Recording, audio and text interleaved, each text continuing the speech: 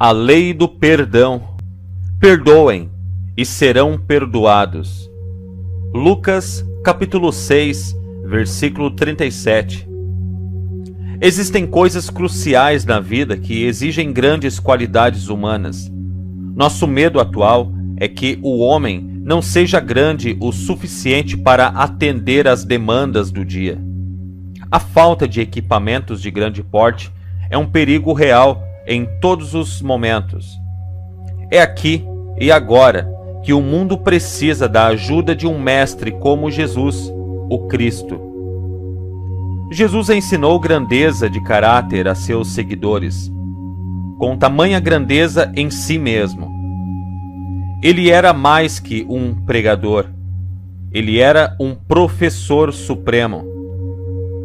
Ele não apenas apontou o caminho, mas seguiu em frente e mostrou o caminho. Nas horas de grande estresse, mostrou-se mais poderoso que Pilatos, o governador de toda a Judéia, ou Caifás, o sumo sacerdote e chefe do templo, ou qualquer um dos escribas e os fariseus acusadores. É verdade que, por um momento, eles tiveram poder sobre seu corpo e o testaram e o condenaram a ser crucificado, a sentença máxima que poderia ser dada a qualquer um. Eles o arrastaram pelas ruas amarrado como prisioneiro, pregaram-no numa cruz na colina do Calvário. Mas ele, olhando para eles e vendo sua pequenez de espírito, gritou: Pai, perdoa-lhes, porque eles não sabem o que fazem. Um homem que é grande o suficiente para perdoar é sempre maior que o perdoado. Ele é superior, ele é maior que seu adversário. Pedro, o discípulo, ficou bastante perplexo uma vez enquanto ouvia uma das muitas lições do mestre. Ele levantou a questão que é a base desta lição.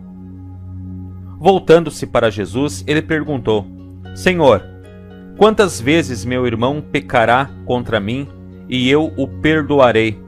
Até 7 vezes? Agora, esse foi um gesto generoso da parte de Pedro, pois a lei judaica que ele havia conhecido permitia que um homem fosse perdoado 3 vezes. Isso era mais que o dobro da graça que a lei permitia. Por isso, Pedro deve ter sentido que o Senhor ficaria satisfeito com sua extensão do perdão.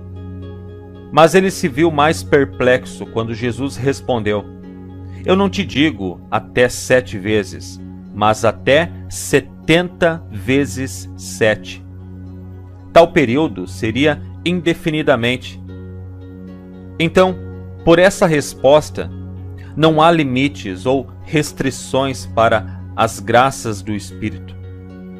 A qualidade do perdão deve ser tão ilimitada quanto a fé, a esperança e o amor. Os ensinamentos de Jesus em referência ao poder do homem para perdoar pecados são, creio eu, entre os menos compreendidos de todos os mandamentos. Como regra, existe uma separação entre o pecado e seus muitos efeitos. Quando um homem peca, fomos ensinados a pensar que isso era um trabalho para o ministro, e por isso ele é chamado para orar pelo pecador. Quando um homem adoece e angustia-se no corpo e na mente devido aos efeitos dos pecados cometidos, pedimos um médico. O médico, por sua vez, se esforça para tratar ou consertar o corpo e deter o sofrimento. Isto, na melhor das hipóteses, sabemos que é apenas uma medida temporária, pois nenhuma cura real ou cura permanente pode ser efetuada até que o médico e o ministro trabalhem juntos.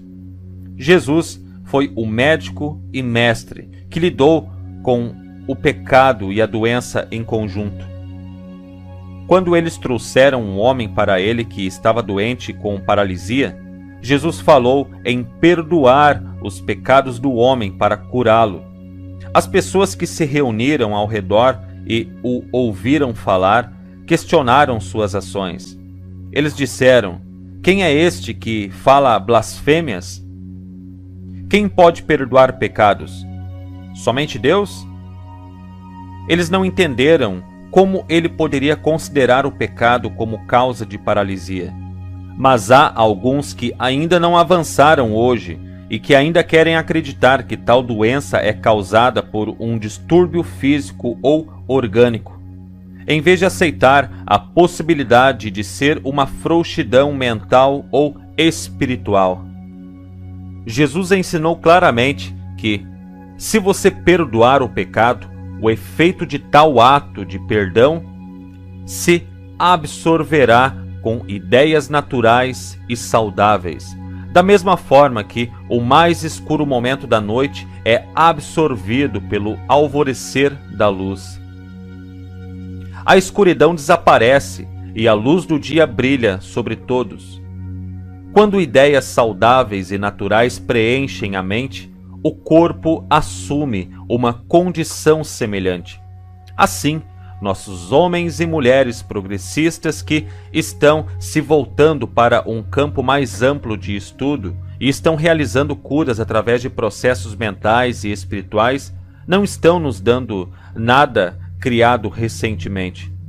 Eles estão apenas alcançando os fatos de todos os santos, sábios, avatares e mestres, bem como dos cientistas mais brilhantes de nossos dias. Jesus ensinou que o lugar de origem de todo ato estava na mente. Ele disse, em resumo, que onde há luxúria no coração, há um pecado.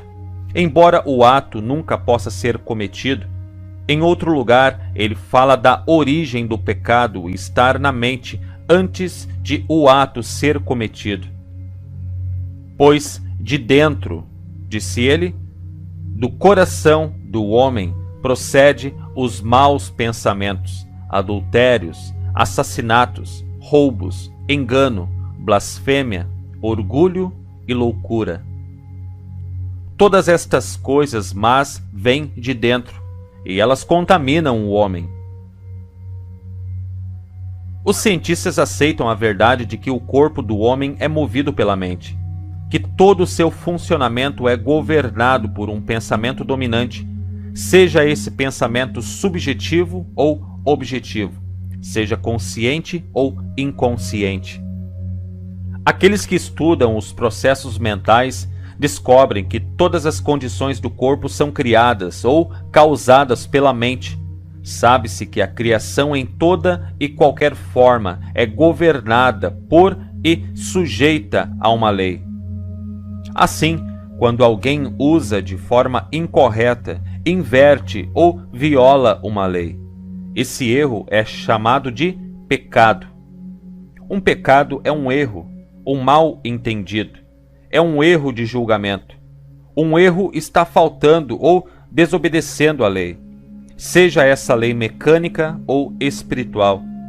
Correção é o único método de ajuste ou de apaziguar a lei. Assim, arrependimento e perdão são os únicos meios disponíveis para alterar e corrigir o erro. Eles são o único meio de libertar o homem de sofrer as consequências dolorosas de um erro. Eles são o único meio que lhe permitirá estar em harmonia ou em harmonia com a lei.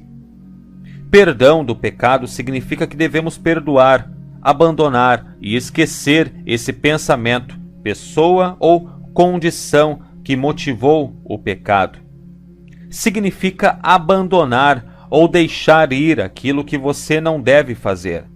Abandonar ou liberar os pensamentos ou ideias erradas é ser absolvido e libertado de seus efeitos pecaminosos. O perdão é o primeiro requisito que permite ao homem estar em harmonia com a lei do seu ser. Quem pode dizer o que é essa lei? Podemos perguntar: qualquer um que estuda o homem como um ser mental e físico pode conhecer a lei. Se ele tentasse aprender a lei estudando as ações físicas e os resultados do pecado sozinho, isso levaria a lugar nenhum. Ele estaria correndo em círculos, e isso seria inútil e fútil. Se ele for mais a fundo e estudar as causas e aquilo que motivou o pecado, ele obterá resultados.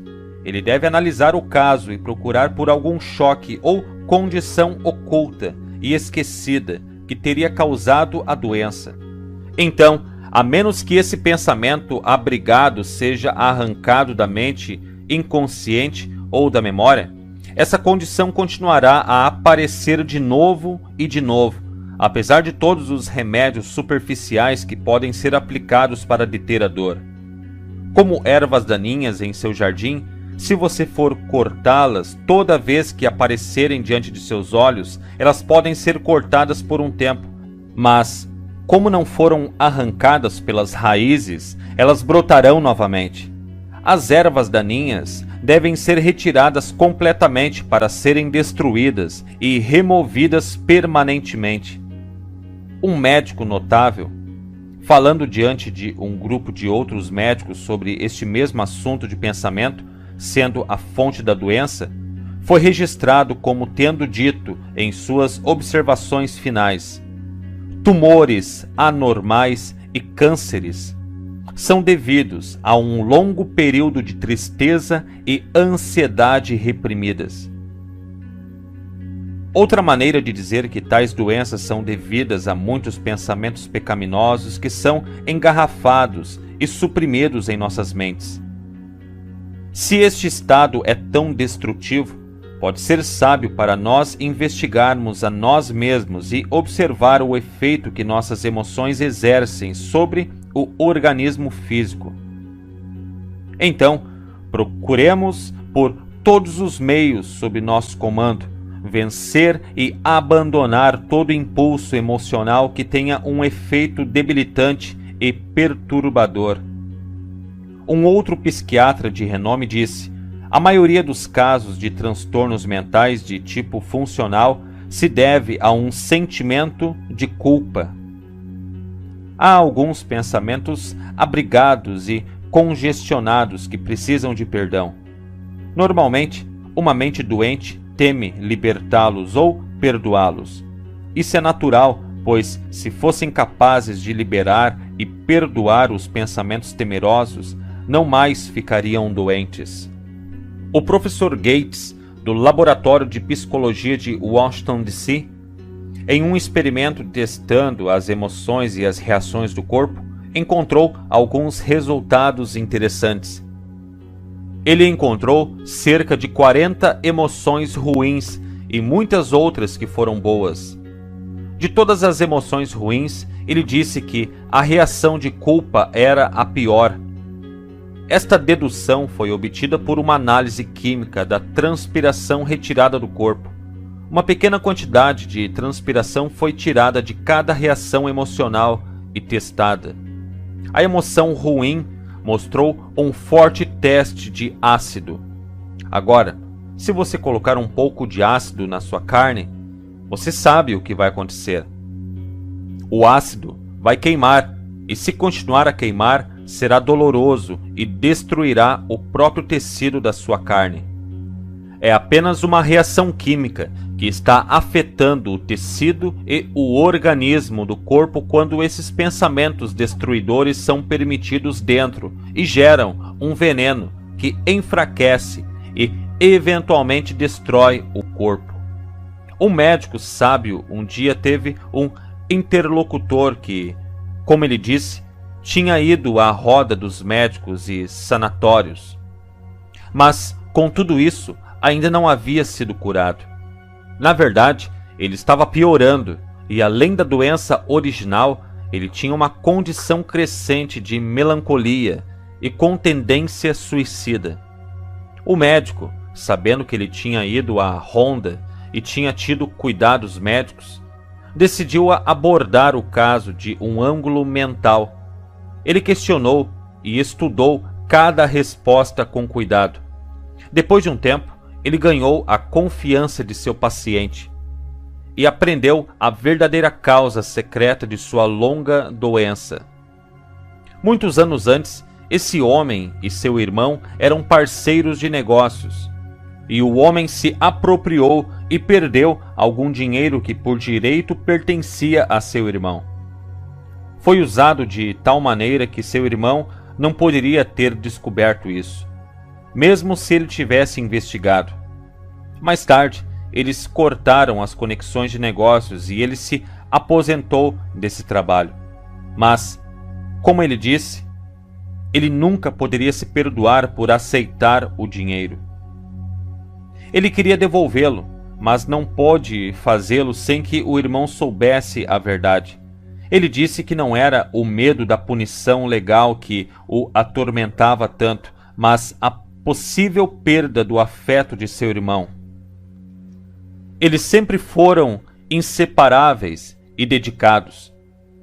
Foi por essa razão que ele temia confessar sua culpa e fazer as pazes da maneira que podia. O médico explicou que a coisa a fazer era aliviar essa pressão oculta. A única maneira de fazê-lo era chamar seu irmão e fazer um exame limpo de todo o caso. O paciente foi para casa pensar nisso. 3 dias depois, ele ligou para o médico, afirmando que passara 3 dias terríveis e noites sem dormir, lutando consigo mesmo, e decidira visitar seu irmão.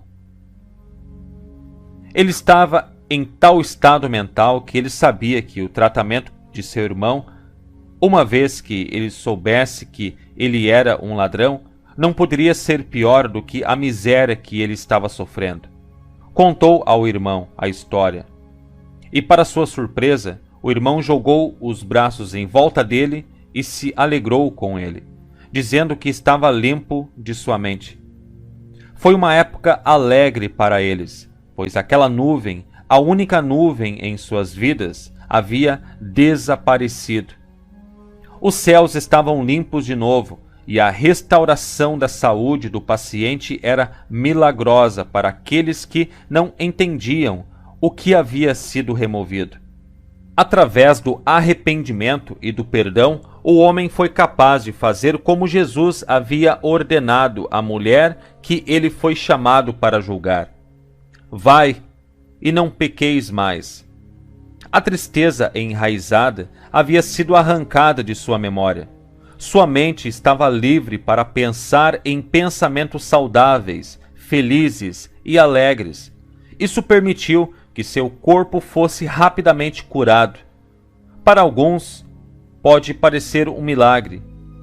Era uma lei natural operando de maneira natural e irrestrita. Enfrentando fatos tão indiscutíveis, podemos entender mais profundamente por que Jesus tão frequentemente falava em perdoar pecados. Ele conhecia a lei do perdão e sabia quão vitalmente importante era o papel que desempenhava na vida de todos os homens.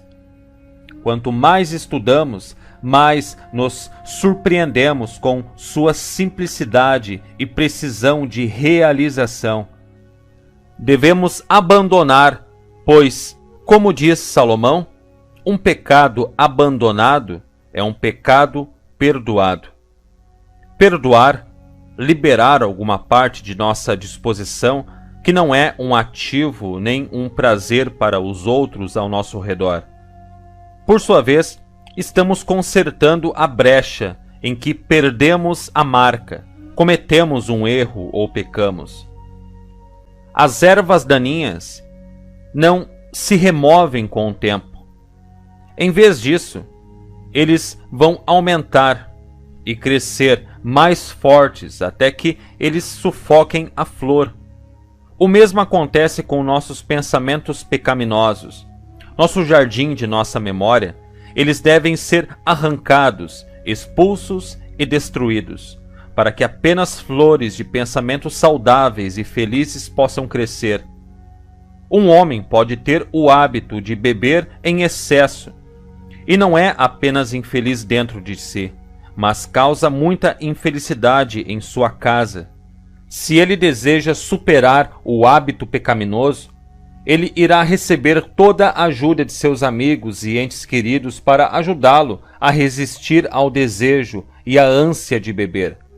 Vez após vez, ele se eleva acima da tentação e depois falha. Repetidamente, sua família o perdoa e o encoraja a continuar lutando. Finalmente, ele alcança o lugar quando ele não tem mais o desejo. Então, ele é capaz de abandonar o desejo de beber e superar seus efeitos pecaminosos. Então, ele abandonou não apenas a bebida, mas o desejo pela bebida. Quando o homem abandona a ideia que estimula o desejo e provoca a ação física, então a lei o perdoa e o eleva de seu efeito debilitante. Um pecado abandonado é um pecado perdoado quando o pensamento ou ideia que motivou o pecado é corrigido. Tiago explica a verdade claramente ao dizer: cada um, porém, é tentado pelo próprio mau desejo, sendo por esse iludido e arrastado. Em seguida, esse desejo, tendo concebido, faz nascer o pecado ou o erro. Simplificando, significa que todo homem, quando concebe uma ideia que é errada, destrutiva ou má, e dá morada para essa ideia, eventualmente faz com que ela se torne um fato. Quando ele deseja superar uma condição pecaminosa, ele não perde tempo lutando com o fato, mas corrige, esquece, perdoa a ideia que o iniciou. Esta é a erva daninha no jardim que deve ser arrancada. O topo, galhos, caule, raiz e tudo para ser completamente descartado. Em outro momento descobrimos que Jesus repetiu a lei e com alguma explicação. Em sua oração, ele declara: perdoa as nossas dívidas, assim como nós perdoamos aos nossos devedores. Esta é uma proposta perfeitamente razoável. Ao perdoarmos os que transgridem contra nós, assim seremos perdoados de nossas transgressões. Esta lei nos acompanhou através do tempo, e hoje falamos dela como se fosse algo novo. Chamamos de psicologia moderna. A lei diz que certas ideias devem ser dissolvidas e limpas da mente para que outras ideias ou ideias novas possam substituí-las. Pode ser explicado como uma garrafa que já está cheia, que deve ser esvaziada antes de ser recarregada ou adicionada. Jesus falou disso ao declarar a seguinte frase: não coloque vinho novo em odres velhos, senão os odres se rompem. Por exemplo, se você tem em mente que alguém o ofendeu ou tratou injustamente, você não pode estar livre de seus erros ou injustiça, desde que você mantenha esse pensamento em sua consciência. Muitas vezes as pessoas se queixam de que não entendem claramente ou obtêm a iluminação do Espírito como outras pessoas testificaram. Você só precisa procurar em sua memória para encontrar a causa. Se você não obtiver a compreensão que espera, primeiro procure em sua mente por pensamentos ocultos e implacáveis que tenham ficado afastados de sua atenção. O seu reino do pensamento está cheio de ressentimentos que você pode ter contra alguma pessoa ou condição? Você tem a sensação de ter sido desprezado por alguém? A lei diz: se não perdoardes as suas transgressões, também o vosso Pai não perdoará as vossas ofensas. Fazemos as condições para nós mesmos quando cumprimos as exigências da lei. Algumas pessoas perguntam se isso vale para o cancelamento das obrigações monetárias daqueles que nos devem, ou, literalmente, devemos cancelar as dívidas de nossos devedores?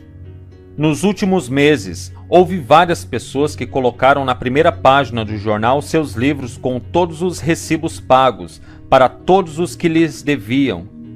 Isso eliminou as dívidas? Bem, os devedores elogiaram essas almas tão generosas e voltaram para fazer mais negócios com o dono da mercearia ou o dono do açougue, e pediram que fossem cobrados pelo que eles estavam comprando no ato. Em outras palavras, os devedores ficaram contentes em se livrar da dívida contra eles, e não sabiam fazer mais nada diferente do que retornar e abrir uma nova conta nestes mesmos lugares. A resposta é: enquanto acreditarmos na necessidade e na realidade da dívida, essa mesma dívida continuará a perdurar. Enquanto acreditarmos nas dívidas, ficaremos endividados e continuaremos a recolher todas as cargas e dores de cabeça que vêm com eles. Aquele que, em seu próprio pensamento, não libera todos os homens que lhe devem, continua com este pensamento de dívida. Se enviarmos notas a todos os que nos devem, isso nos livraria do peso da dívida? Não, a assinatura dos recibos não apaga a ideia de dívida de nossas mentes. Primeiro devemos apagar de nossas mentes o pensamento de que qualquer um pode nos dever alguma coisa. Isso, então, nos levará a uma atmosfera clara, na qual semeamos sementes ou ideias de abundância para aqueles que estão endividados para conosco. Dessa maneira, os devedores encontrarão a mente mais fértil para produzir pensamentos de abundância. Quando eles captam o espírito do pensamento fluente da abundância, eles ficarão felizes em pagar suas dívidas, e tudo o que é justamente nosso virá a nós alegremente. Em outras palavras, quando libertarmos nossas mentes de todos os pensamentos de dívidas e tentamos perceber mais e mais a presença de abundância, em breve seremos fortes o suficiente para alcançar e realizar abundância para nossos devedores. Ao serem levantados dos pensamentos de limitação e falta, atrairão cada vez mais substância com a qual podem pagar suas contas.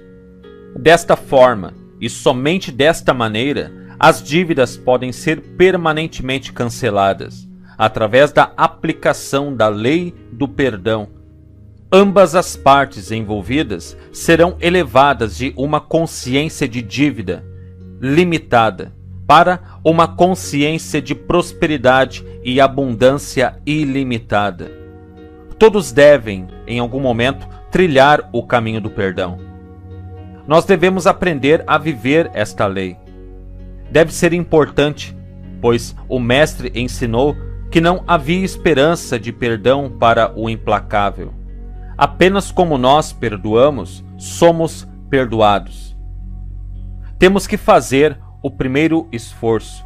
Nossa disposição deve abrir o caminho para o nosso perdão.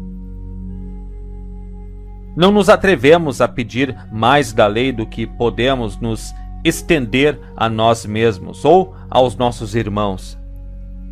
A menos que provemos esta lei vivendo-a, não podemos esperar ganhar a grandeza de caráter que a vida requer. Enquanto refletimos sobre todo esse pensamento, podemos nos perguntar se o Mestre estava ansioso pela parte essencial que o perdão deve desempenhar na ordem dos eventos mundiais hoje em dia. A verdade corre profundamente na vida cotidiana. Quando nos lembramos das rivalidades que prevalecem em quase todas as lojas e escritórios, quando vemos os ciúmes que dividem a vizinhança, quando observamos e sentimos a inveja ao mesmo tempo educacional e profissional, quando temos conflitos e discórdias em nossas próprias casas, se não podemos perdoar, podemos saber que temos uma pequena parte da alma intocada pelos ensinamentos do Mestre. Estes são nossos testes diários, pois é na escola do perdão que as lições da vida são aprendidas. Perdoar. Esse pequeno delito de ontem, por que deveria estragar o hoje? A coisa que ele disse, a coisa que você fez, já passou há muito tempo, pois ontem foi apenas um julgamento. Hoje você terá sucesso. E dos erros de ontem virá algum ato nobre. Perdoe sua negligência. Não condene o passado, pois se foi com seus erros e suas memórias não podem durar. Esqueça os fracassos e os erros de tal experiência, porque você deveria deixar sua cabeça curvada. Levante o seu coração e os seus olhos.